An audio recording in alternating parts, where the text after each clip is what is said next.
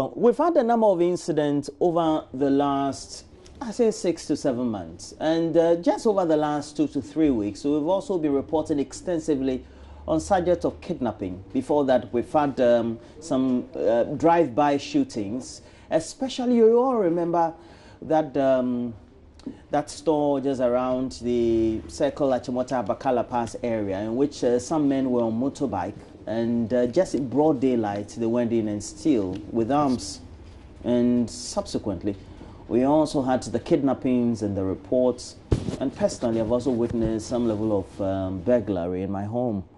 But this all also culminated last week Thursday when we had the by-election in Ayawaso West Wuogon constituency, in which we had some brutalities meted out to people believed to be members of the NDC, and also the commensurate responses coming from the Minister for National Security about suspicions that some things that were untoward were being hatched by those suspectedly that were involved in those brutalities.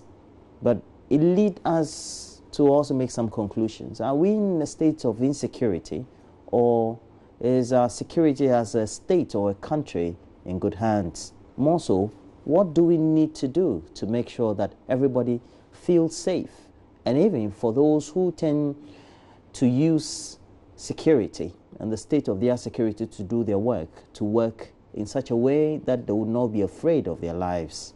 Well, that's why this morning we decided also to continue the conversations and do the transition into the issue of security, the well-being of the ordinary Ghanaian, and especially what needs to be done to make sure that we all get there and feel safe. We decided to invite somebody who's a regular on the show and a student of security, he likes to call himself. Emmanuel Sowatey is here. Thanks for joining me, sir. It's a pleasure having me. Well, great. And let me first ask you, are we in a state of insecurity as a country? If you look at maybe not en masse, but sporadic incidents that have been sparsely reported over the last couple of months, culminating in, of course, in the shootings, in the by-election at Baolishi, and just on Thursday. Yeah, sporadic are sometimes sporadic from the perspective of maybe an analyst or maybe an individual from the security, any of the security apparatus.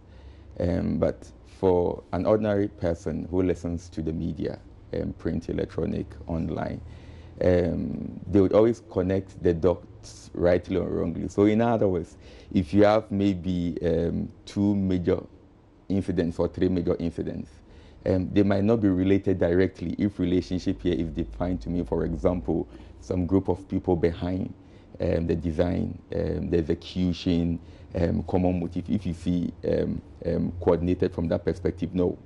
But for the ordinary Ghanaian, especially those in the urban settings, for them, I think it resonates some form of insecurity. In other words, sometimes the statistics might be different from the reality, but the perception of safety might be inversely related to statistics. In simple terms, 2 people might have been killed, homicide, maybe between June and July last year.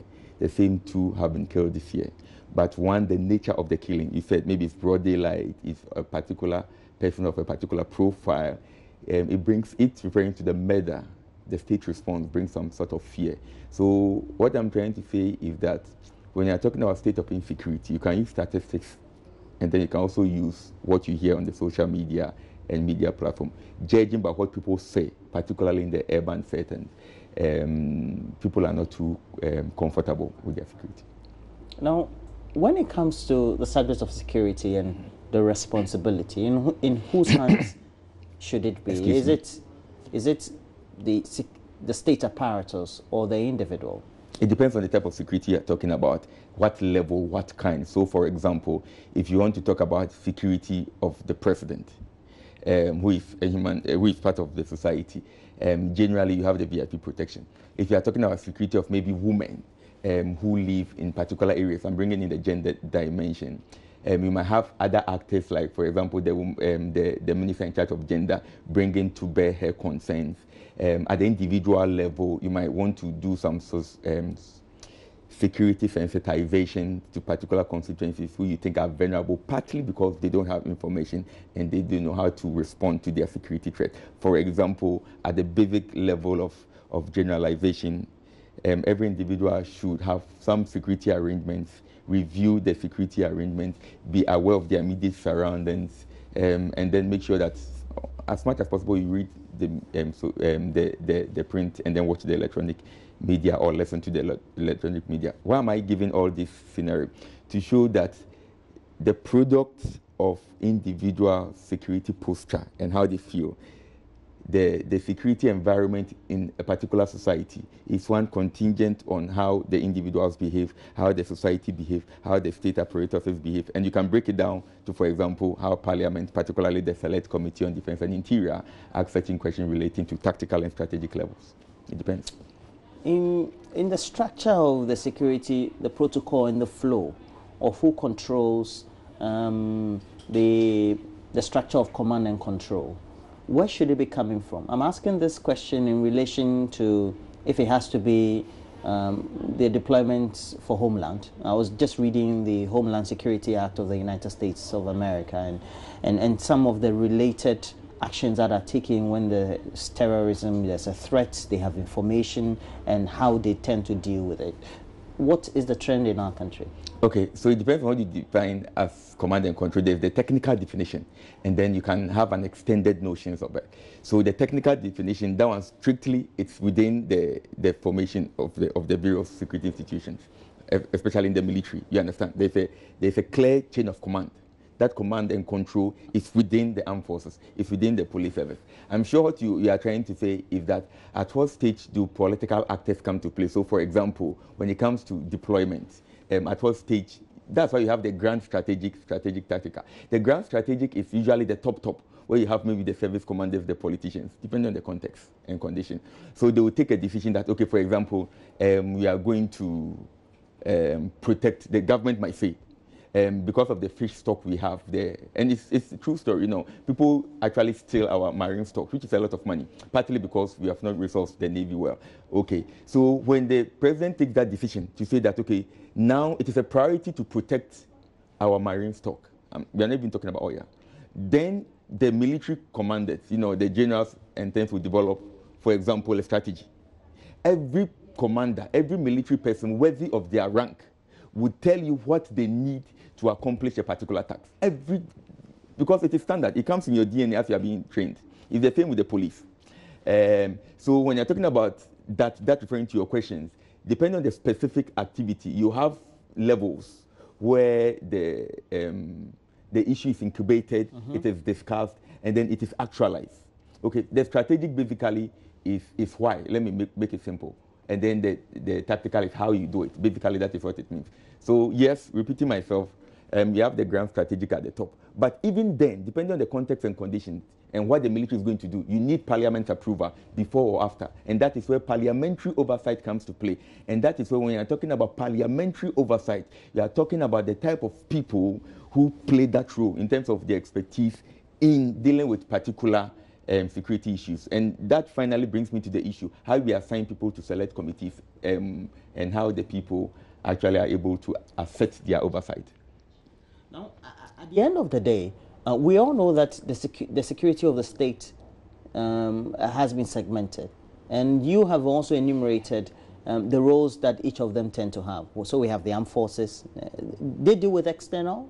Oh, yes, of course. Aggression. And then the internal? Aggression. Police, usually it's police. Okay. Now, when people feel... And there's the intelligence part. Okay. So the security and the intelligence part? community. So like the Ghana, we call the RD.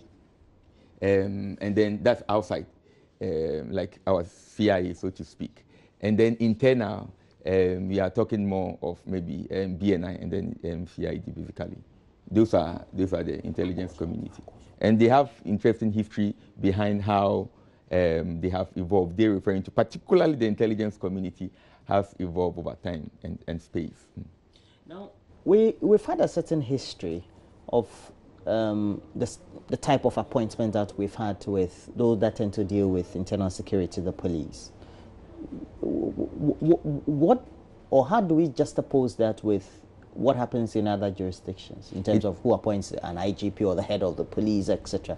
And then also, how does that influence the way they are able to they are independent and they take their work and the professionalism? Okay, so what do you have in mind when you say history? Are you talking about pre-colonial, colonial? Are you talking about military regimes? Are you talking about civilians, or all these put together? Because each of these... I'm talking about all this put together. Okay, so because there is marked difference between how the security sector was governed under military regimes and how the security sector... And when I say the security sector, let me be more specific. I'm talking about... I'm talking internal security. I'm in relation to the police and the governance of... or the state of internal security. Okay, so I was trying to break, because when you say security sector, it's a broad range of actors. You know, from the military, the police, the intelligence, you can add the Attorney General, the Auditor General. So I just want to zero in on what I have in mind. Usually the security sector, in pre-colonial times, it was, okay, in pre-colonial, then we are talking about the indigenous state and how the indigenous state was governed. That is different. Colonial, after born of 1844, how the security sector was conceived, articulated, the intentions were different, because in that period of our history, it was more of how do we have the forces, design forces of cohesion to further the interests of the colonial masters. Okay, so then independence. Even within Kwame Nkrumah, it's referring to the security sector governance had evolved. But generally under civilian administration... Let's say the Fourth Republic. I mean, let's be more specific. Very good. That's why I asked that question. Okay, so the Fourth Republic, how have the security sector evolved in terms of, for example, appointments? I think that generally, you see, when Johnny Kwadwo was with the BNI, he has an interesting article on the intelligence, the evolution within, for example, the BNI. And I think that the principles in his argument are still valid in terms of the tensions, even within institutions to evolve. That is one. The other one is political interference. The other one has to do with how to evolve in response to changing times. But I think that generally, since '92, Ghana as a country, in terms of how the security sector has been governed, is improving. If the improvement means, for example, media oversight, media can ask questions about appointments, about even operations. But I think we are more interested in appointments. And how that leads to the independence of I'll show the relationship, the professionalism. There are a number of schools of thoughts, but let me simplify it. There are those who think that there's a correlation between how, for example, the head of the police is appointed and how he or she is able to carry an institution that is very professional and as much as possible affect itself against politicians. And there are those who say that, wait a minute, yes, sometimes appointment can influence the assertiveness of the heads of the security. But it depends on case-by-case basis. There are people who have been appointed to head security institutions, police institutions. Although you've been appointed and don't have tenure of office, have asserted a lot of influence in subtle ways. They might not tell the master, the bosses, no. They might not tell the president no, that if I should stop this demonstration or arrest this person. But they have ways of maneuvering around. Say, I'll do it. And then he goes, or if usually he will go and it's not done. It's referring to what the master wants to do. The other one is also that people, and if the school of thought I'm oriented towards, people have, in my view, an erroneous impression that if you appoint, if, for example, you vote for the IGP, or the IGP is not appointed by the president, he or she will assert themselves. But you see, a lot of the pressure that is brought to bear on the work of policing, it's not only from the president. In fact, majority are even below the president and the vice president. You talk to a station master, talk to a district officer, divisional officer. When I say district officer, police, district commander, you say district commander, divisional commander. A lot of the pressure comes from down. You know, constituency, regional areas, political party activists, especially when they are close to power. And so when you have an IGP who is up there, maybe 10 of us might do something to some extent, but in terms of the rank and file, it is two things. One, I think that civil society playing the oversight role that they are playing, i.e. watching over individual cases, following it through and asking questions. Hopefully Select Committee on Defense and Interior at a point will also follow up on those questions. And then the police themselves. Now, my colleague, Justice Tankabi, has been saying something, which is very true, that you see the police actually stands between, for example, the politicians. It's more complex, but just for your viewers. What happens is that the police stands between the politicians and then the state. The idea is that you make it difficult for politicians to harness all the resources of the state to themselves. So it's referring to the relationship between the police and the politicians are usually not supposed to be pleasant. And the police should not think that politicians will give you your autonomy to be independent. You need to assert it. And that assertion is a process.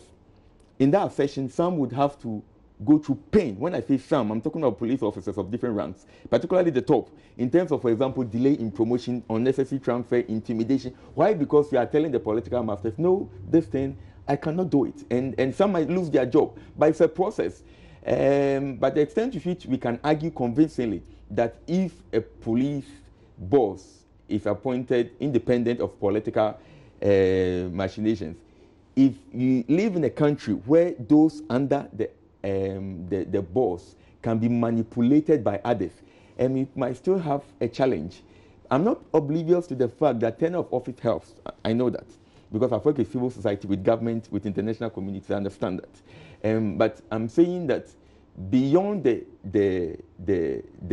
IGP position, there are other so many power constellations within the service, outside the service, that we have to consider in the long term if you want to have a professional police service. But then can't we even draw the conclusion that once you can appoint the head of the police service, it means that he has the influence on the other one. So if you influence him, you're able to get through him. There's also an influence subsequently on the other ones. What type of influence do you have in mind? So, for example, let me give you an example. People think that sometimes when the IGP, and it's good that we are speaking in Ghana, isn't it? Incumbency, in the past, when I say in the past, before 2000, the academic discourse usually points to the fact that, and it's fairly true in most parts of Africa, that, for example, incumbent abuse. So if you're an incumbent government, you have advantage. To some extent, it's true. But in Ghana, incumbency can be a disadvantage. Why am I saying that? People think that once the president appoints the IGP, the police will necessarily capitulate to the machinations of the political party in power and therefore rig elections. But you cannot. IGP up there, even POMAP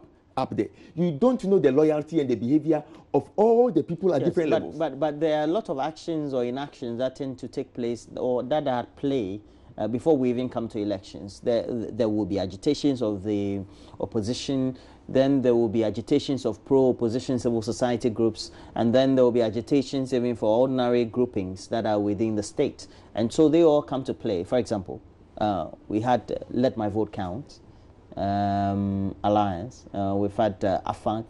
Back in the Kufuor regime, we used to have CJA. And ultimately, they all convened events. They held actions were held, and subsequently there were some influences of the state on how the police tended to behave publicly for people to witness and make their own judgments. Okay, so you're talking about two things, or even three. You're talking about prominent cases. I understand that you're talking about sometimes the symbolic value of people being appointed, and that if you're appointed by a particular group of people, sometimes you're manipulated, and I appreciate that fact. But I'm saying that we should be very careful thinking that, you see, the problem in terms of policing, you can't tie it to one position. You can't say that when you deal with this position, it will have an automatic cascading effect on major transformation within the service. Because you see, the transformation comes from deep down there. Let's take all the reports from the police service, starting from 1951, 5-1. You understand, Ryan report. Let's talk about Tibiru report. Let's talk about Huppenbauer. Let's talk about Tibiru 86. Let's talk about Archer. When you read all these police reports in detail, you will appreciate the fact that just making sure that the IGP is, for example, appointed by a board of independent people who interrogate him, maybe a panel of independent people, doesn't necessarily, because when you read all these reports and you are familiar with police work, some of the issues are down there. Some recruitment, training, logistics, attitude of ordinary people, welfare. It's huge. It's phenomenal. You can't just solve that problem with just one silver bullet. It's not possible. Now, let's do the transition then and hear from those who have the experience, who are in the top hierarchy of the police service, And based on their experiences and make comments, we start with one person who had been a director of operations at the police service before, but now has been transitioning to other levels of the police service and its engagement, and Dr. Benagozo. First, let's hear from him. Then after, we'll hear from COP Kwesi Boakye as well, but Dr. Benagozo first. Now, this is the composition of the police council leader. The vice president. He's a party man. It doesn't matter whether it's MPP or NDC. This is what we are bringing us, and this is what we work with. Now, a minister responsible for internal affairs, who is he? He's a party man. Then you have an Inspector General of Police appointed by the president. The president can dismiss him at any point in time, and therefore his loyalty is partial. It doesn't matter whether he was appointed by MPP or NDC. His loyalty is divided. Because he can be appointed today and dismissed tomorrow. And the worst scenario is when he is appointed to be acting capacity. It means I'm watching you. That is what it means. Now, the Attorney General is a party man. Then you have a lawyer nominated, that one can be professional, a representative of police, very well. 2 members of the police service appointed by the president. So who is that? Those people.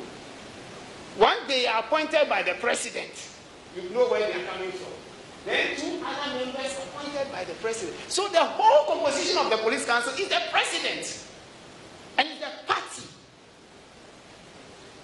Why will you give us this and think that we should be professional? You cannot.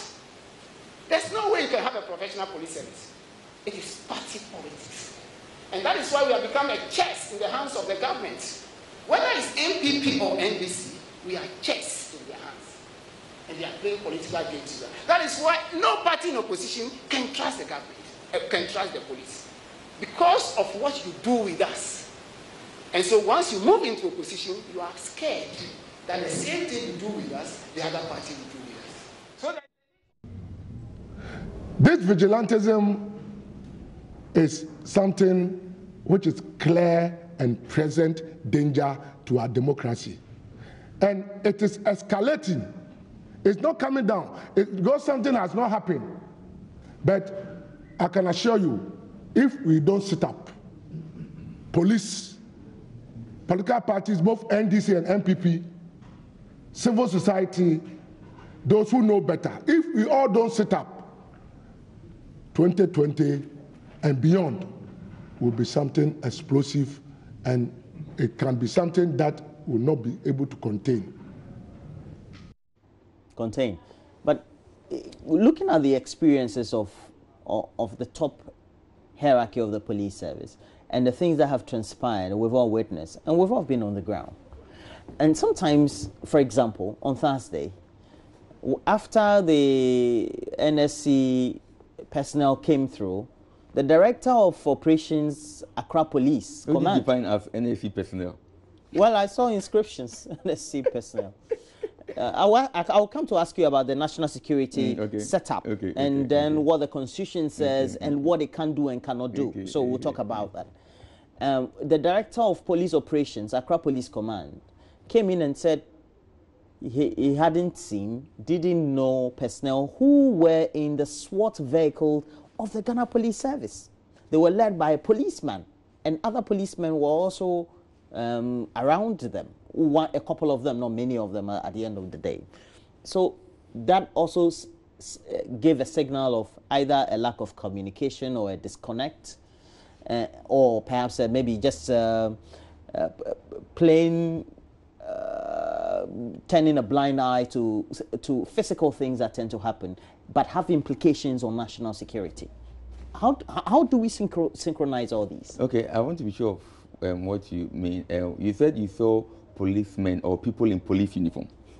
I saw personnel who were in uniform, gears. Police uniform, okay. Not police uniform, who were in gear that were not police uniforms. But it looked like they were some kind of special security forces. I wanted to be sure, Do you understand? I now understand. They were seated or were conveyed in a police branded vehicle. That's right. Do you understand? Yeah, I do. It was an armored car. That was different than it was a SWAT branded car. Do you understand? With the police, well, no, not necessarily what you say. So then you have the police logo. Then you have the SWAT. That's right. Writing or inscription on the vehicle as well. Before you had the pickups and all that. That's right. Now you had a policeman who was heading that team that came in. Whether he was the one commanding them, that was another thing I couldn't ascertain. So how do we synchronize that when some 5 or 10 minutes later, a police director of operations of sub-region comes to say that I have no knowledge of their existence, and I have no knowledge that they are part of the security deployment for a day like an election day. Okay, so... like this. Yeah. You've seen this picture? Yes, time and again. Okay, so... So how do we synchronize saying there's not likely to be an influence on the structure of deployment, command and control of those that are supposed to be responsible for internal security? Yeah, you're talking about extralegal paramilitaries. I don't understand the language, but what I'm saying is that there's something wrong somewhere. It's extralegal. Extralegal? Military or paramilitary or paramilitary. So you tell me. Okay, a number of things. One, we need to be sure that the person in the police uniform, the person in the police uniform is actually a police person. That's the first thing. Yes, he's a policeman. Okay, you know him. Police commander. You know him. Yeah, he's a DSP. I know him. Okay, fantastic. Okay. So then once you have confirmed that, I assume that is correct. He raises a number of issues, 8 referring to the deployment. And you raised an issue initially, command and control. You see, sometimes, in reality, we as a country should start checking what we define as national security. You see, and how national security is conceived and articulated. It is important because all over the world, national security in particular, especially when you add the national to the security, it's a dangerous combination. It's an adjective that you can use, one, to bamboozle even parliament. So, for example, when people say that for national security reasons, sometimes the speaker might say that because of that, just phraseology, you cannot subject the issue to robust interrogation by even members of parliament, even at the select committee level, depending on the country. So we should interrogate what you mean by national security. For other reasons also, that sometimes when people say national security, apart from the money that go the unaccountable interest, it also has to do with the power they have to do all sorts of things. For example, recruit people who might not usually qualify through the real process. I'm talking about protocol lists and things like that. I'm not talking about any country in particular, but I have every country in mind, and Ghana can be one of those countries.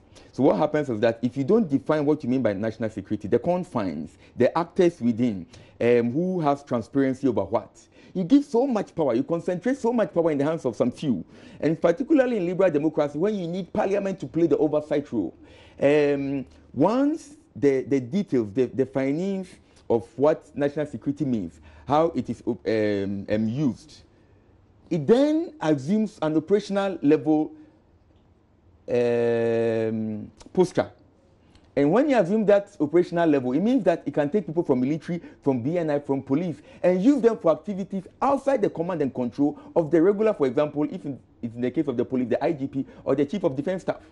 You understand? And so you might see people in police uniform who are actually police personnel, but on that particular operation, the IGP is not even aware, or the original commander is not aware, because they've been assigned to a particular institution like the national security, and they are doing things outside command and control. And when you do that, the danger, apart from, for example, extending that operation to include those who have not been properly recruited, properly trained, because you need discipline. It is not only giving them the weapons, and I'll come to weapons, but the discipline. And when I say discipline, it starts from recruitment and the training. And so if you are not careful and you don't define what national security means, and some will argue that then give us a national security policy, then we can all be on the same page. If you don't have that and you leave that room, people will actually hide behind national security, recruit people, worst case scenario, arm them, use our money to finance them without accounting for the money transparently to even Parliament or Auditor General. And then if you don't control this group and you don't have the influence, you don't know where to end up. And if you read literature adequately, that is also influenced or laced with history, you get to find out, for example, When the Nazi Party came to power, they also set up the SS, the Gestapos, that were operating alongside the German security structure. And sometimes the SS also went beyond their bounds and were not actually even liked by the regular German army and German security apparatus. But it also gives an indication that the influence of governments, parties in power, tend to give overriding confidence to people within the same security apparatus to operate either because of their alignment or non-alignment, to behave in a certain way that is contrary to what regulations are. And let me just juxtapose that to something you said about recruitment. If somebody is well built, has the right stature, speaks good language, has the right intelligence, what precludes that person from becoming a security personnel or asset? One, you prevent yourself if you don't apply. And in security, there are areas, depending on the recruitment, there are areas that your physical might is important. But most of the time, what you have here is, depending on the context and conditions, sometimes more important than the physical. Meaning what? When it comes to encountering situations where you would need some tactical knowledge and decision making and discretion, the influence of that personnel and his alignment could affect the discretion that is taken? No, I thought that you were talking about why is it that you are well built but you are not part of it. No. Okay, I didn't get you right. Personnel, and you talked about recruitment, etc. Personnel in the service or outside? No, personnel recruited. Already recruited in the service? Either in the service or any other allied security apparatus. Okay. And you will see, for example, the men in the pictures are well built. They seem to live and perform the part.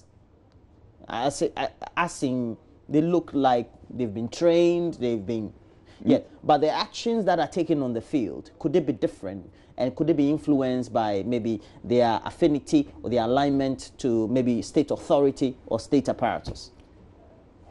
I don't want to push you too much, but you see, when you are doing down profiling, if I see somebody who is a military person and is fake, I'm more of police because my expertise is more of police, although I have strong relationship with the military. When I see a police officer or a military officer, depending on the context and condition, I will know whether you are fake or not. So, for example, you are an officer, new officer. When I serve you water, I will know whether you are a new officer or not. The way whether you put the water on your mouth or you ask for a glass, the way you behave in public, your confidence syllable. That is if it's a civil situation. If I want to know whether you are well trained and we are in a place and there's a gunshot, your intuitive response can let me know whether you are well trained, not well trained. So what I'm trying to say is that you need a special eye to know whether the person is trained than just saying that. And a lot of people make that mistake. For example, when you go for a parade and you see people marching in a particular way, marching has nothing to do with your ability to fight. It has no relationship. The weapons you hold, you mark, even GPITU people on the side, when you train them well to march and put the weapons on their neck, they will march brilliantly. So invariably you're saying that despite you going through training, it doesn't make you, or you have to exhibit it? Is that what you're saying? The condition will bring out the training. That's what I'm saying. And you need an eye to know what you are looking for. So, for example, let me give an example. You are sitting down and then there's a riotous situation, crowd control. The police is deployed. The way the car they send, the equipment they deploy, the way they communicate with the people. I'm talking about use of force continuum. When they get down from their vehicles, the way the commander assesses the situation, the way he deploys them, the way they exhibit, their engagement, you will know whether these people have been trained for riot control or not. How can you go for, anyway, no, let me go into certain places. Okay. Now, if we just suppose what we do here and what happens in a more developed country or in other countries, are we doing better? What could we have done? Brilliant question, and you've done from the beginning. I hear people talking about, which is true, because I have worked in other places. And I keep saying time and again that, especially in African setting, and even in the world, people see Ghana as a country with all the prospects of consolidating our democracy, stability, and things like that. It is true. And so sometimes when Ghanaians are complaining, those outside don't appreciate it. But there's something I call the Ghanaian standard, and I think we should keep that, which is the fact that in as much as it is true that maybe some of our neighbors have more, depending on the country, may have more security challenges than us. You know, they are afraid to go to work, kidnapping, so many challenges. We have not tended to have that challenge in terms of intensity and manifestation. However, we still want to be safe. We still want to go about, in our eyes, what we think will make us comfortable. Mm-hmm. And so I think that by and large we should stick to our standard, ask questions, but also realize that your initial questions, when Ghanaians are asking for, okay, let me put it differently. I was talking to some top guys and I was asking them about whether Ghanaians make too much noise, depending on who you talk to. But some very senior people have told me that no, Ghanaians cannot be asking too much. They have their sense of what they want. And I think that Ghanaian level of, even if it's very high, of demanding accountability and some level of security, even if you think it's an illusion, respond to that illusion. You understand? I'm saying that to underscore the fact that your initial question about the insecurity, I'm trying to revisit that, is such that depending on who you talk to, they might say, they are making too much noise. Or they might say they have genuine concern in the urban settings, but in the rural areas, we are fairly fine, which is true. But generally, I think that the Ghanaian sense of what he or she wants in terms of their physical safety and security, which of course is also tied to the extended notion of security, like access to water, health, gender equality, and things like that. I think that we should keep that standard and elicit accountability from right quarters. I don't know whether I've responded. Now, the thing has been that we only get to have issues of security being a concern when we have certain key variables being influenced. Maybe the spate of armed robbery that has been highlighted in the media, high-profile killings. We've had a number of them the last couple of times. We've had kidnappings. We've had issues with political party rioting, or maybe the state of security when it comes to encounters in the political arena. Then that tends to raise the tension, so to speak. Are those right indicators for us to gauge whether security in a state like ours is heightened or is under control? Give me the variables again.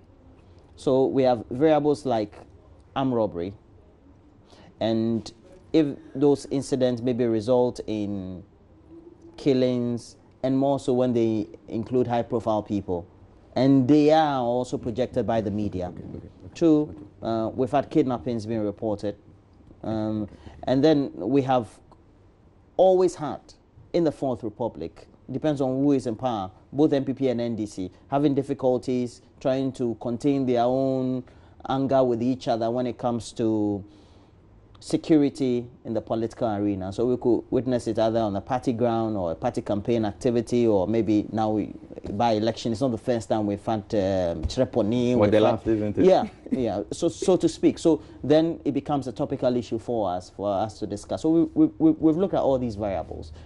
Are these just the indicators for us to use in measuring security, whether it's heightened or being adequately managed? Okay, so usually statistics, like in criminology statistics. If you have any, that'll be fantastic. Statistics. For example, one of my colleagues, Justice Tankabi, have just done a study with his colleague, I think it's called Boatin or so. You can just type, anybody watching me interested in scholarly material can just type Justice Tankabi. He's actually a criminologist from Institute of Criminology, University of Cambridge. And they just did some study, they referring to himself and his a friend, and showed that crime, they're looking at the number of crimes, and because when you look at crime, there are different types. Mm-hmm. So when it comes to robbery is peaking. They looked at 2012 to 2018. Robbery is peaking, but homicide and I think kidnapping was dropping. Everybody can type, it's just available online. I can send it to you. But you see, repeating myself earlier, sometimes you have statistics, plummeting, and then people's sense of insecurity is going up. And I'll explain to you. Partly also because of what you said. The world is not like a global village. Information travels at the speed of light, so to speak, and it's ubiquitous, through various platforms. And so maybe 5 people were killed 2010, 2011 up to now. But as people have more access to, for example, gadgets, information, media, liberalization of the airwaves, different media platforms can discuss the same issue again and again and again. In some sense, it tends to, I don't know, it's not an illusion, but it's not overblowing the issue. But then in the minds of people, sometimes they think that it's new crime or it's crime manifesting in a more deadly way. And sometimes it's true. So, for example, somebody was killed by robbers at night, but then that's homicide. Another person was killed in the day in the shop. The day in the shop is still one in terms of figures. But the nature can bring fear and can elicit discussions. So you are right in saying that sometimes when you take statistics and you take discussions, it affects people's sense of security. The other one is, let me give you this example. You might be in a community, and because you've heard stereotypes against a particular group of people, maybe migrants, you might check the statistics in the particular community and realize that the statistics for 5 years has not changed. It's the same, for example, robbery or homicide. But when you ask the people, do you feel safe? They can say, no, I don't feel safe. Because they think that the presence of migrants is almost coterminous with violence and crime. And so although the statistics have not proven that crime has increased, they are afraid, so to speak.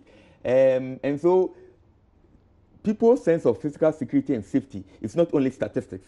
Sometimes you need to understand, no matter how weird it is, no matter how funny it is up to the key actors to respond to those concerns, and that sometimes brings the sense of security. So, for example, the crime statistics will be the same, but when they see a lot of visibility, now I'm saying the Bambona Kosropa, but it's just visibility. Okay, so you're saying that we've seen Etiwa, we've seen Chiraponi, we've seen Odododio in Accra over the years, and now we've seen Ayawaso Westward going at Baolishi. So it's normal, but it's no, I didn't say it's normal. It's been incensed because information is reaching more people.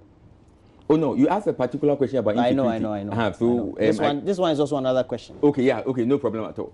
Okay, so when it comes to by-elections being characterized with different types of violence, and as you are saying, I'm here to check my data to be sure that it is like escalating, compared to the previous ones. I've not said this. No, you have not said, but ipso facto. So at least if it's a standard feature, it's worrying. It's still worrying, isn't it? Especially, I'm always concerned with firearms. How do we respond to that? I think there are ways that we can respond to that. What do you make of the incident on Thursday? I hope that Parliament will act very strong and. Why should Parliament act?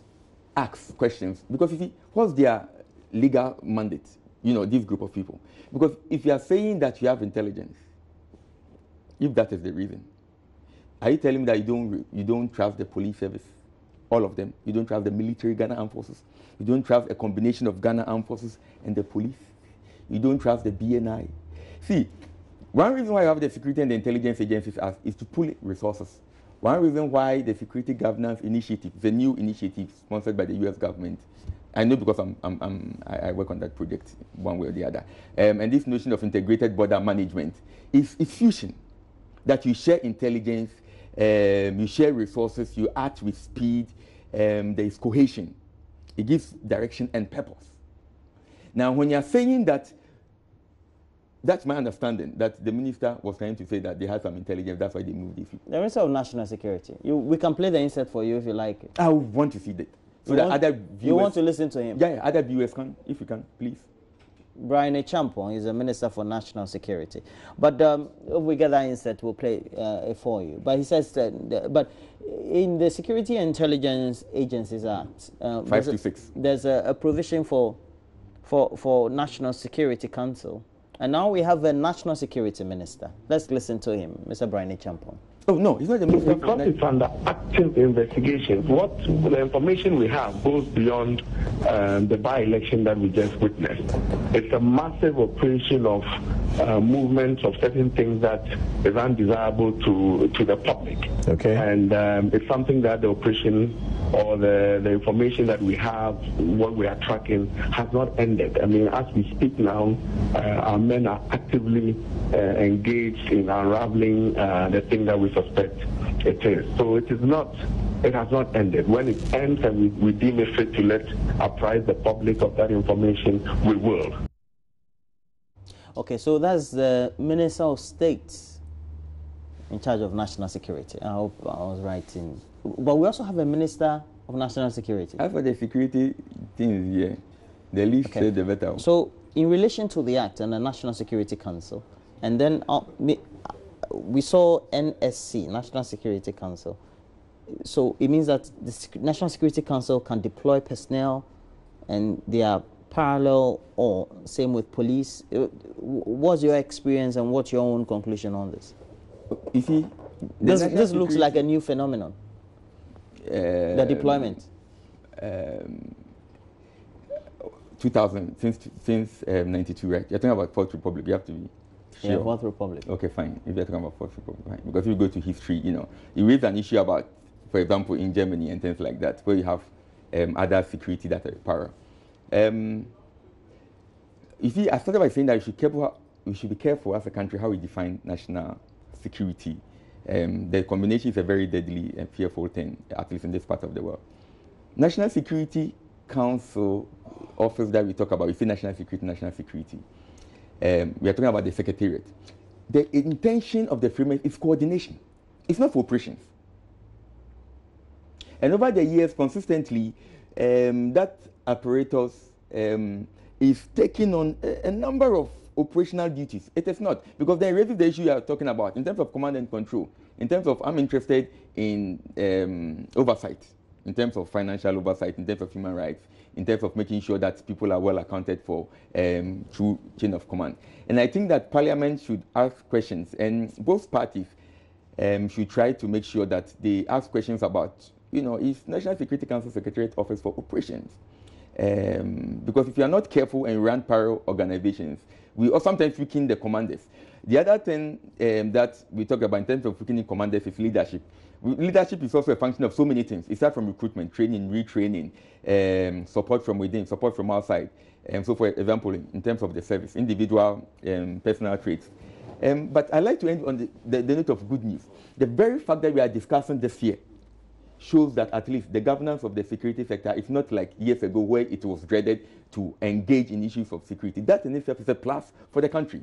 The other thing is that we have people in the diaspora. I like a lot of diaspora who have vast experience, who of course can turn into your station, offer pieces of advice. We have Parliament, no matter how bad it is, playing some form of oversight. And let me tell you, in the past few years, I've really admired Agalga. Is he the name? Former Minister for Interior. Deputy Minister. I know that he's playing politics, but the issues and the questions that he asks from the perspective of an analyst is very good to enhance parliamentary oversight of the security sector. I'm not oblivious at all that he's doing politics and want to gain political points. But there's something that Apostle Paul said, that some people preach the gospel not for good reasons, but some preach the gospel for good reason. Whatever the case is, the gospel of Christ is being preached. I end on that note. Apostle Paul of the Bible. Oh, yeah, Apostle Paul. All right. Thank you very much. We're having our own security expert giving us his perspective. He likes to call himself a student of security. Emmanuel Sowatey, thank you for joining me. It's a pleasure having me. All right.